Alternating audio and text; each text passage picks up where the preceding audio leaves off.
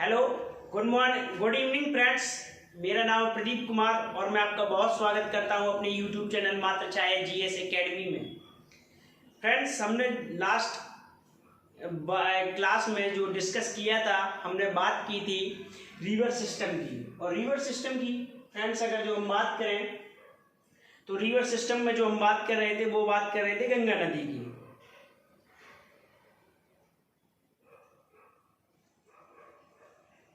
हम फ्रेंड्स बात कर रहे थे गंगा नदी, और गंगा नदी में हमने जो बात करें कितनी डिस्कस कर चुके हैं। तो हम पार्ट 1 में बात कर चुके थे जो रिवर सिस्टम जो है उसकी थोड़े से हिस्ट्री पॉइंट, और उसके बाद में जो हमने बात किया था कि ऊपर से जब देखते हैं कि जो पहाड़ों से नदी थी मैदान तक ले आए थे, और दाएं तरफ से जो भी नदियां हैं जो मिल रही, बाएं तरफ से जो भी नदियां मिल रही थी गंगा में, वो सारी मिला चुके हैं। आज हम इस टॉपिक में बात करेंगे दाएं तरफ से, गंगा की दाएं तरफ से मिलने वाली सहायक नदियों की। अब इसमें जो है सहायक नदियां आएंगी, यमुना आएगी, और जो यमुना के बाद जो बात करें कैन है, और जो भी नदियां हैं उनकी आज हम बात करेंगे। और इसके बाद जो पता है कि समापन जो है इसका बंगाल के बाद में पद्मा नाम से होता है, और बंगाल की खाड़ी में समापन हो जाए। तो आज है हम इसमें जो है गंगा नदी को जो है खत्म कर देंगे, ठीक है, समाप्त करेंगे। और इसके बाद में ही तो फिर हम बात करेंगे नेक्स्ट नदी की, या फिर नेक्स्ट टॉपिक में कोई और सब्जेक्ट भी हो सकता है, क्योंकि हम एक सीक्वेंस से चल रहे हैं। पहले यूपी ज्योग्राफी है, फिर यूपी स्पेशल है, हिस्ट्री है, और कॉन्स्टिट्यूशन है। तो ये सारे टॉपिक जो हम लगातार कर रहे हैं, ठीक है। तो एक बार फिर से, अगर जो आपने मेरा चैनल सब्सक्राइब नहीं किया है तो please friends subscribe my channel. और बात करते हैं आज के टॉपिक की।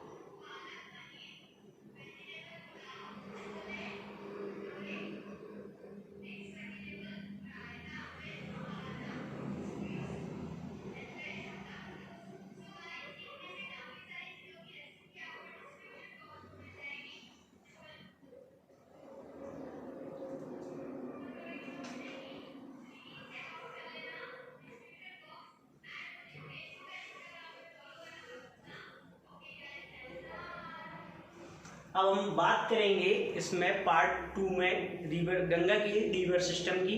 तो फ्रेंड्स अगर जो बात करें कि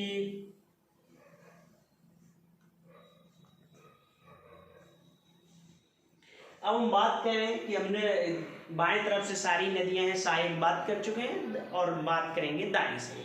तो सबसे बड़ी नदी गंगा की सहायक नदी अगर जो बात करें सबसे बड़ी कौन सी है, तो यमुना है। और यमुना का जो बात करें उद्गमन स्थल कहाँ पर है, तो ये भी उत्तराखंड में है। और यमुनोत्री ग्लेशियर से जो यमुना नदी है, यमुना नदी है, उद्गमन होता है। और अगर जिसका पॉइंट पूछता है तो बंदर पूंछ एक जगह है जहाँ से यमुना नदी का उद्गमन स्थल है, यमुनोत्री से है, ये लिखा हुआ है। और बंदर पूंछ जो है मेन पॉइंट है जहाँ से निकलते हैं। और उसके बाद जो है उत्तराखंड से आने के बाद जो है नदी है, ये सहारनपुर से आती है, जो उत्तर प्रदेश में प्रवेश करती है, और फिर जाके दिल्ली चली जाती है। तो अब हम बात करते हैं कि थोड़ा हरियाणा जाएगी, और फिर दिल्ली जाएगी, फिर हरियाणा है। तो बात करें ये जो हरियाणा में रहती है, फिर उसके बाद दिल्ली। यमुना नदी में अगर जो बहुत अच्छी कोई शहर बसा हुआ है तो वो है दिल्ली। दिल्ली की थोड़ी सी बात करें, राष्ट्रीय राजधानी है, ये तो आपको पता ही है। और ऐसे में बात करें तो दिल्ली का संस्थापक जो है अलांगपाल तोमर है, और एडमंड लुटियन दिल्ली का वास्तुकार पूछता है कौन है, तो एडमंड लुटियन है। बाकी दिल्ली के बारे में जब कभी बात करेंगे तो पूरी डिटेल से करेंगे कि 8वीं दिल्ली कौन सी है, 9वीं दिल्ली कौन सी है, पहली बार किसने बसाया, और फिर कैसे उजड़ी, वो बात आगे की होगी। फिर उसके बाद दिल्ली के बाद जो हरियाणा ही है, ये जो बीच का गैप है आपको देखने को मिल रहा है। और फिर इसके बाद जो है नदी जो है यमुना नदी है मथुरा आती है। तो मथुरा की थोड़ी सी बात करें तो अगर जो कभी आपसे पूछ ले कि बकरी रिसर्च मतलब पूछ ले बकरी अनुसंधान केंद्र कहाँ पर है, तो उत्तर प्रदेश में अगर जो बकरी अनुसंधान केंद्र पूछता है तो मथुरा है।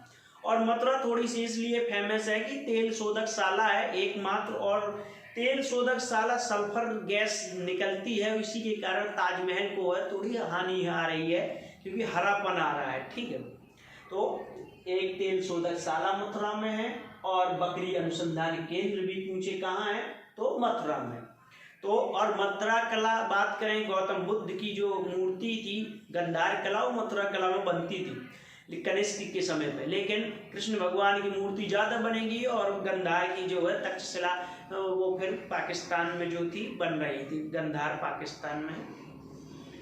मथुरा के बाद में जो नदी आगे बढ़ेगी यमुना नदी, फिर उसके बाद में बात करें एक नदी सॉरी फ्रेंड, हाँ एक नदी जो है बाणगंगा है। बाणगंगा नदी का उद्गमन स्थल है आरावली की पहाड़ियाँ हैं जो जयपुर में, आरावली की पहाड़ियों से जयपुर से होते हुए एक नदी है बाणगंगा जो यमुना नदी की सहायक नदी है। ठीक है, और कहाँ से है तो दाएं तरफ से सहायक नदी है जो ये बाणगंगा लिखी हुई है। ठीक है, बैराग से निकलती है ये बाणगंगा और आगरा से पहले मिलती है, फिर आगरा है। आगरा की बात करें तो आपको पता ही है मुगल सिटी का है तो आगरा है, फतेहपुर सीकरी ही आगरा में आता है, और ताजमहल आगरा के लिए फेमस है, पेठा के लिए फेमस है, चमड़े के कार्य के लिए फेमस है। ठीक है, आगरा तो बहुत फेमस चीज़ है, आगरा का किला है जो अकबर ने बनवाया था। ठीक है, उसके बाद में हम बात करें आगरा के बाद में फिर से जो आगे नदी बढ़ती है गंगा नदी, और सॉरी फ्रेंड्स यमुना नदी, क्योंकि यमुना नदी के बाद फिरोजाबाद पड़ता है। आगरा के बाद आपको पता है कि फिरोजाबाद लगा हुआ है आगरा से, फिरोजाबाद जो है इसे सिंगार नगरी कहते हैं। और बात करें तो यहाँ पे एक जगह है जहाँ से बात करें कांच अनुसंधान केंद्र पूछ ले कहाँ पर, तो यहीं पर खुर्जा एक जगह पड़ती है। और इसके बाद में बात करें तो यहाँ पे चूड़ियों का उद्योग होता है, फिरोजाबाद की चूड़ियाँ फेमस हैं, तो उद्योग के लिए फिरोजाबाद हो गया। अब आगरा के बाद में आगरा से ही लगा हुआ है इटावा। अब इटावा की बात करें तो लाइन सफारी है यहीं पर, और इटावा जो बात करें अखिलेश जी के वहीं पर स्थल है, जन्मभूमि है। अब यहाँ से बात करेंगे यमुना नदी की एक सहायक नदी है और बहुत इंपॉर्टेंट है, कई बार पूछी गई है, एक चंबल नदी है। चंबल नदी की बात करें कि कहाँ से उद्गमन स्थल है, तो चंबल नदी का जो उद्गमन स्थल है चंबल की, ये विंध्याचल पहाड़ियों से सारी नदियाँ निकलती हैं और उसका जो है माऊ में है, माऊ से जो है चंबल नदी का उद्गमन होता है। अब माऊ अगर जो पूछ ले क्यों फेमस है, तो माऊ एमपी का ही एक जिला है और माऊ इसलिए फेमस है, डॉक्टर भीमराव अंबेडकर जी का जन्म जो होता है माऊ में होता है और यहीं से चंबल नदी का उद्गमन होता है। चंबल नदी जब थोड़ा सा आगे बढ़ती है तो इसमें गांधी सागर एक जल परियोजना है और फिर उसके बाद जवाहर सागर जल परियोजना है, और बाएं से चंबल नदी की एक सहायक नदी है आरावली, सॉरी फ्रेंड्स बनास है। बनास का उद्गमन स्थल आरावली से है, जैसे ऊपर बाणगंगा का था ऐसी बनास नदी का जो है, बनास नदी दाएं तरफ से आके, सॉरी फ्रेंड्स अब ये नदी ऊपर जा रही है, चंबल नदी ऊपर की दिशा, ये चंबल नदी है जो फ्रेंड्स दक्षिण से उत्तर की तरफ जा रही है, तो इसका जो होगा अब ये सीधे होगी, जैसे मैं ये खड़ा हूँ तो ऐसा ही होगी, जैसे ये बाएं है और ये दाएं है, तो बाएं सिरे से नदी जो मिलती है बनास नदी मिलती है चंबल से, तो ये आरावली से उद्गमन है। और फिर उसके बाद थोड़ा सा आगे चंबल बढ़ती है तो एक दाएं तरफ से नदी मिलती है जिससे क्षिप्रा कहते हैं। क्षिप्रा नदी किसकी सहायक है, चंबल की, बनास है चंबल की।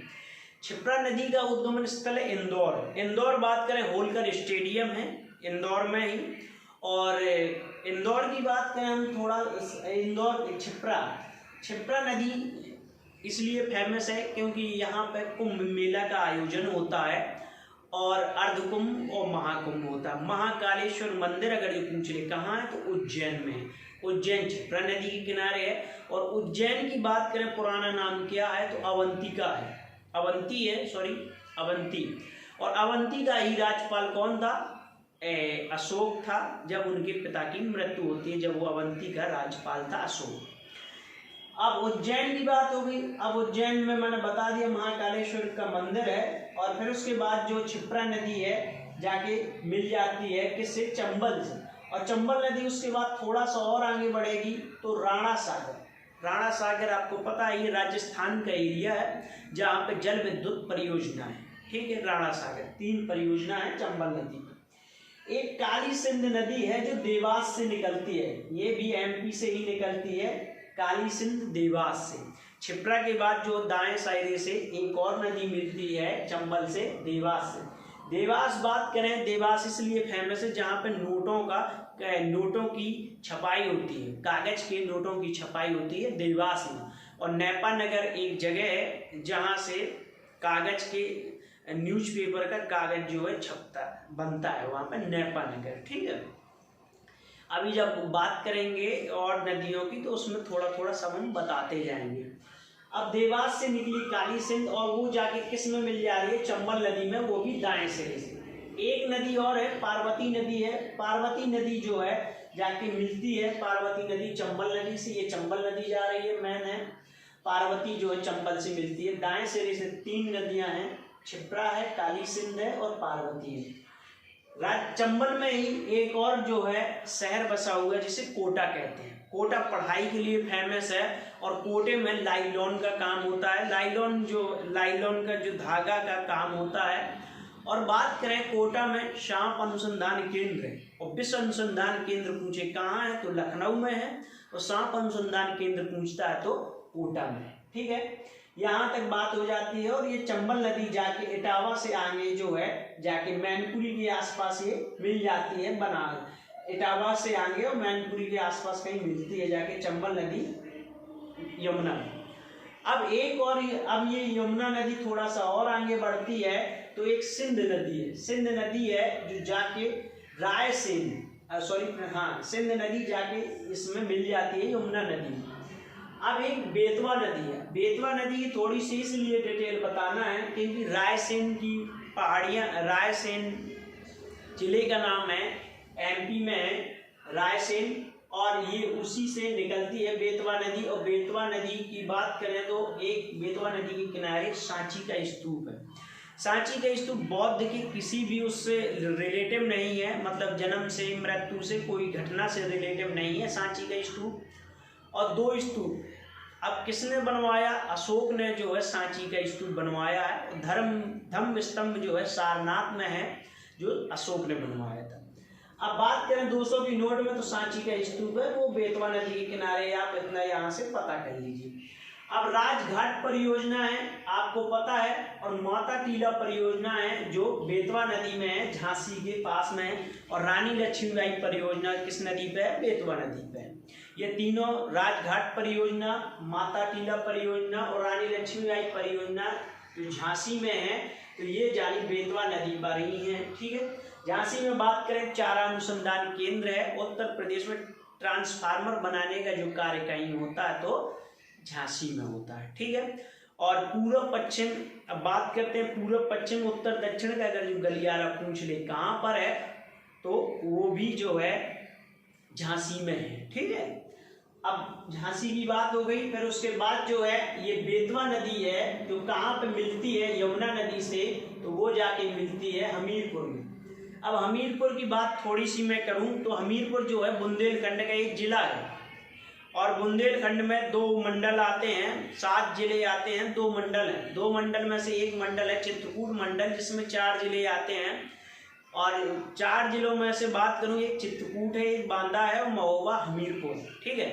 तो हमीरपुर की बात करें, और 3 जो है जालौन है, झांसी है, ललितपुर है, वो झांसी मंडल में आते हैं। दोनों को मिला देते हैं तो बुंदेलखंड हो जाता है।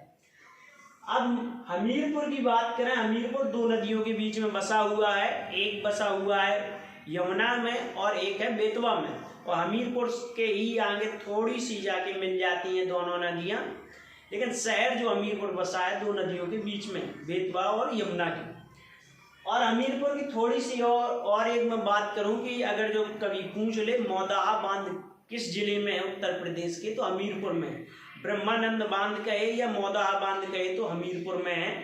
और फ्रेंड्स बात करें किस नदी पर है तो ये ब्रह्मा नदी पर बना हुआ है, ठीक है। और हमीरपुर में ही बात करें तो आपने जो बात करें ग्रेफाइट के तत्व जो उत्तर प्रदेश में किस जिले में पाए जाते हैं तो हमीरपुर में पाए जाते हैं। ग्रेफाइट वही है जो पेंसिल में काला काला लगा रहता है, हम बचपन में उसे खाते भी गए, ठीक है। अब ये हमीरपुर हो गया। हमीरपुर के बाद हम बात करें कैन की। हाँ, एक परियोजना चल रही है फ्रेंड्स, यहीं से आप उसे पता कर लीजिए कि बेतवा और कैन जोड़ो परियोजना चल रही है, जिससे बुंदेलखंड के लिए पानी की व्यवस्था हो सके। तो यही जो है कैन और बेतवा परियोजना। अब कैमूर पर्वत श्रेणी से एक नदी दोनों निकलती हैं, एक सुनार निकलती है और एक निकलती है कैन। सॉरी फ्रेंड्स, हाँ सुनार कैन, ये सुनार सहायक नदी है कैन की, और टोंस नदी और ये कैन है, ये टोंस जाके अलग मिलती है या प्रयागराज में जाके मिलती है, और ये कैन नदी और ये दोनों की जो उद्गमन स्थल है कैमूर पर्वत श्रेणी है, ठीक है।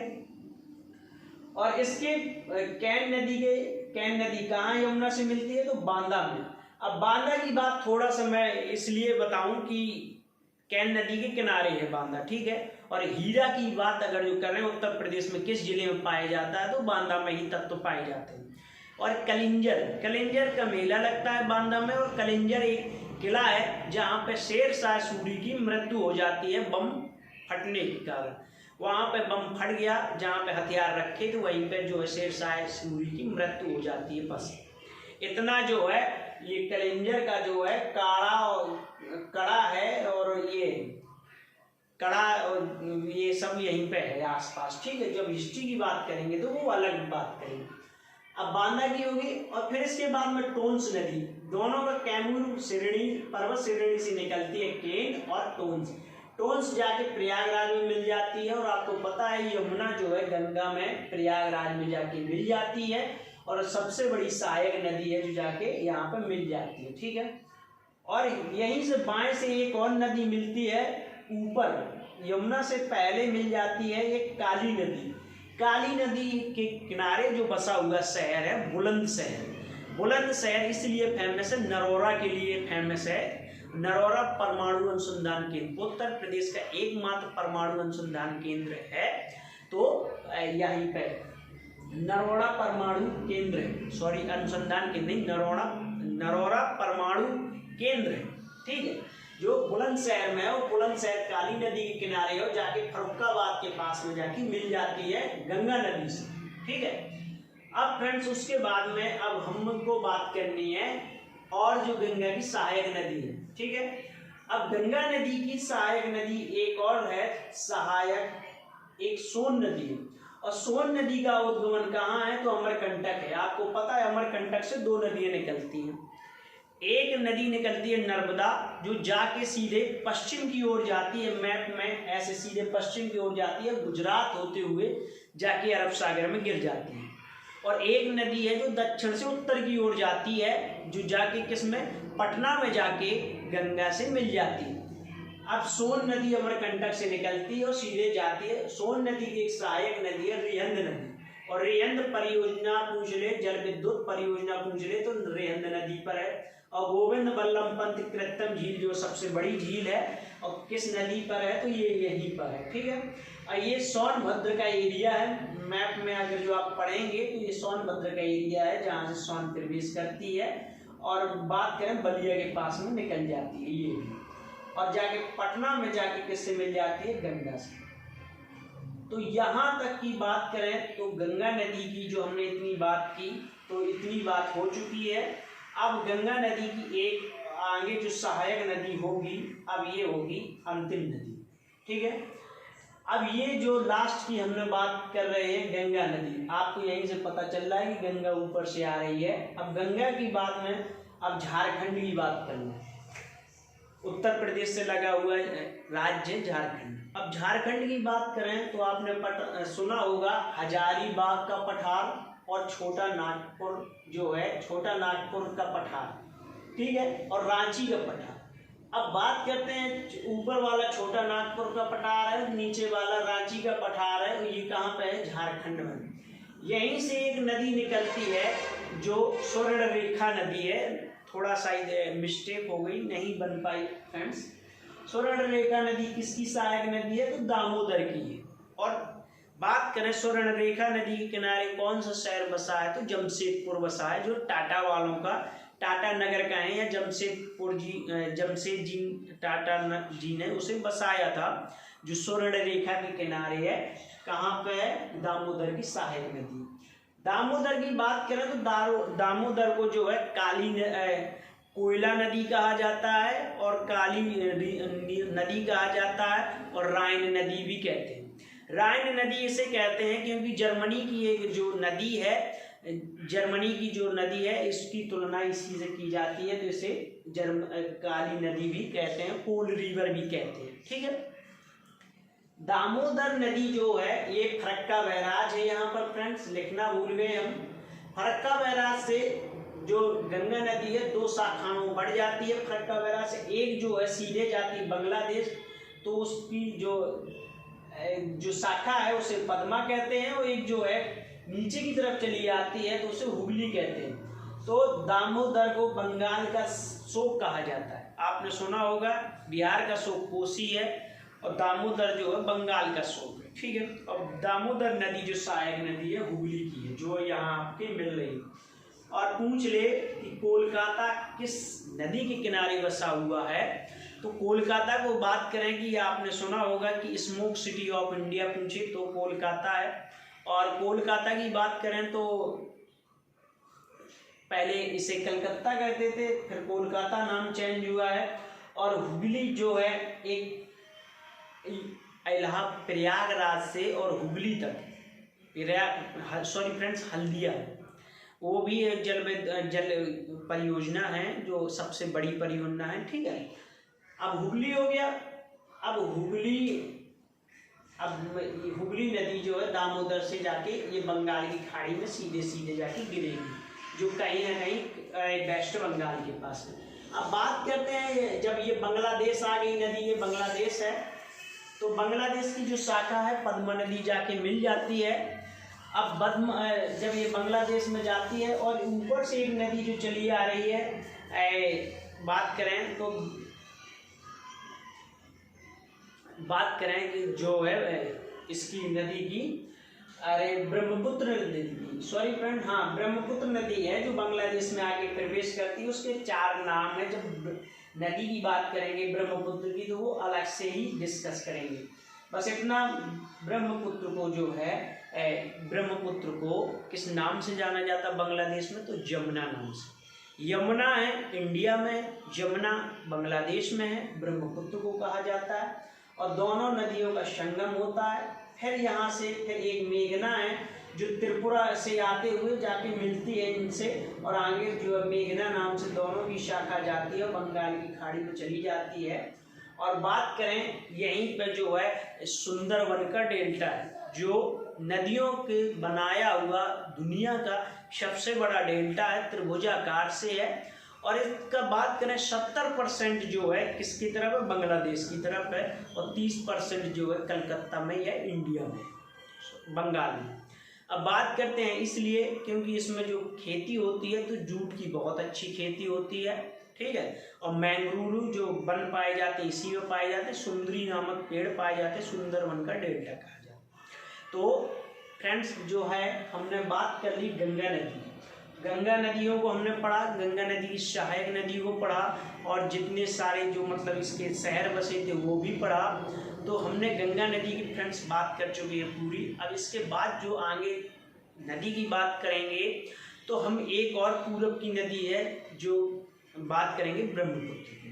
ब्रह्मपुत्र की बात करने के बाद में फ्रेंड्स हम बात करेंगे नीचे की, या फिर इसके बाद में आप इसे 2 बार, पहला क्लास देखिए और दूसरी देखिए, दोनों को कनेक्ट करके देखेंगे तो आपको पूरी गंगा है जो समझ में आ जाएगी। इससे ज़्यादा गंगा के लिए कुछ रह नहीं गया है। और फ्रेंड्स अब हम बात करेंगे प्रायद्वीपी भारत नदियों की, ठीक है, जहाँ से ज़्यादा क्वेश्चन बनते हैं, फिर उसके बाद में बात करेंगे।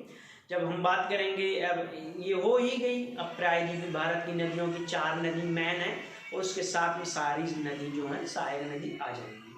अब नेक्स्ट क्लास जो होगी शायद, जो देखो सब्जेक्ट की होती है, ज्योग्राफी में बात करेंगे नदियों की ही। गोदावरी है, गोदावरी के बाद एक कृष्णा है, कावेरी है, बस इतनी ही नदी हैं। गोदावरी है, कृष्णा, कावेरी, नर्मदा, नर्मदा, गोदावरी, कृष्णा, कावेरी और महानदी, ये और इम्पोर्टेंट नदियां हैं। फिर इसके बाद में बात करेंगे ऊपर उत्तर की नदियां हैं, जो है सिंधु है, चिनाब है, रावी, झेलम। तो रिवर सिस्टम को बहुत अच्छी तरीके से पढ़ेंगे, चाहे कई क्लासों में हो, लेकिन पूरी डिटेल के साथ पढ़ेंगे, ठीक है फ्रेंड्स। तो इस क्लास में जुड़ने के लिए आपका बहुत धन्यवाद फ्रेंड्स। एक बार फिर से फ्रेंड्स, अभी तक आपने मेरा चैनल सब्सक्राइब नहीं किया है तो friends please like, share and subscribe friends. और क्लास देखने के लिए आपका बहुत धन्यवाद। Please subscribe my channel. आप अगर जो आप मेरे चैनल में नए हैं तो please like, share and subscribe friends. अगर जो हैं तो आप मेरे कमेंट सेक्शन में सवाल पूछ सकते हैं, जो भी आप मुझसे पूछना चाहते हैं। तो थैंक यू, मिलते हैं नेक्स्ट क्लास। Thank you.